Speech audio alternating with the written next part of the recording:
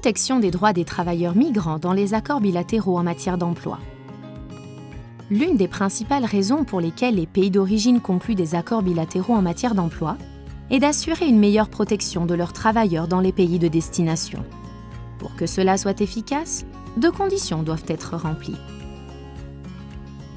Premièrement, il doit y avoir des dispositions dans les accords qui énoncent clairement les protections accordées aux travailleurs migrants.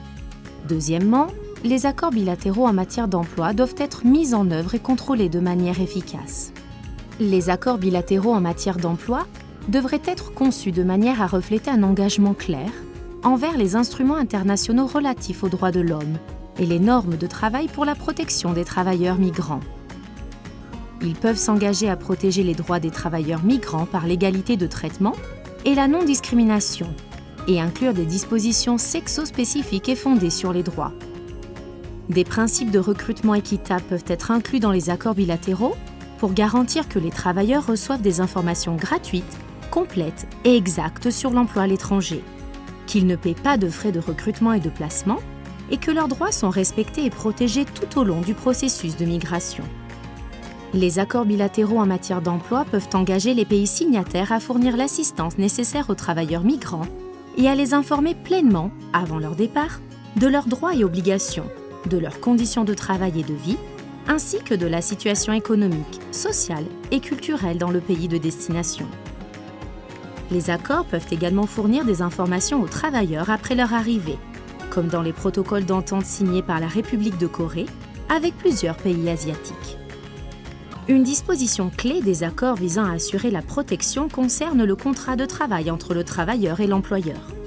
Il devrait comprendre des informations spécifiques sur la rémunération, la protection des salaires, les conditions de travail, le droit au congé et au repos, les conditions de vie, le règlement des litiges et les dispositions en matière de protection sociale, y compris la protection de la maternité. Cela est particulièrement important pour les travailleurs domestiques, qui ne sont souvent pas couverts par les lois du travail dans la plupart des pays de destination. L'accord devrait également préciser que les travailleurs migrants seront pleinement protégés par les lois du travail et de l'emploi du pays de destination, au même titre que les travailleurs nationaux. L'annexion d'un contrat de travail type ou modèle à l'accord bilatéral en matière d'emploi constitue une bonne pratique, à condition que le modèle soit conforme aux normes internationales en matière de droits de l'homme et de travail. Cela peut contribuer à des conditions de vie et de travail plus équitables entre tous les travailleurs migrants, ainsi qu'entre les migrants et les nationaux. Les accords peuvent également contenir des engagements pris par les deux parties pour mieux réguler et minimiser les coûts de migration et de recrutement, ce qui peut aider les travailleurs à éviter un endettement élevé qui pourrait les exposer à la servitude pour dette et à d'autres pratiques de travail forcé. Les accords devraient également contenir des articles spécifiques pour garantir un accès facile aux procédures de plainte et de règlement des litiges, ainsi que des mécanismes d'accès à la justice en cas de violation. Des mécanismes de plainte spécifiques peuvent être nécessaires en cas de violence et de harcèlement.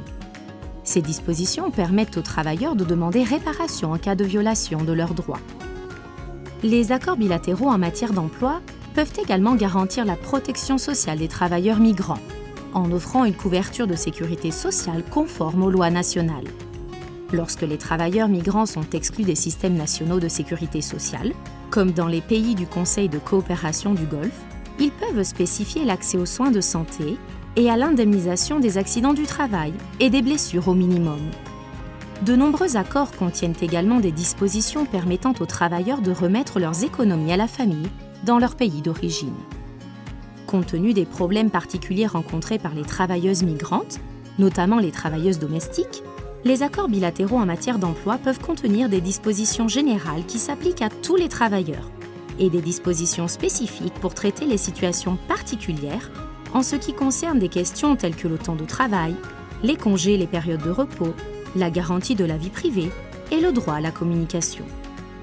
Le meilleur moyen d'y remédier est d'élaborer des accords spécifiques pour les travailleurs domestiques, accompagnés de contrats de travail standards tels que ceux annexés aux accords avec l'Arabie saoudite. Enfin, pour une protection plus complète, les accords bilatéraux en matière d'emploi devraient couvrir l'ensemble du cycle migratoire, avant le départ, l'emploi dans le pays de destination et le retour et la réintégration. Les pays d'origine et de destination partagent la responsabilité d'assurer la protection des travailleurs à chaque étape.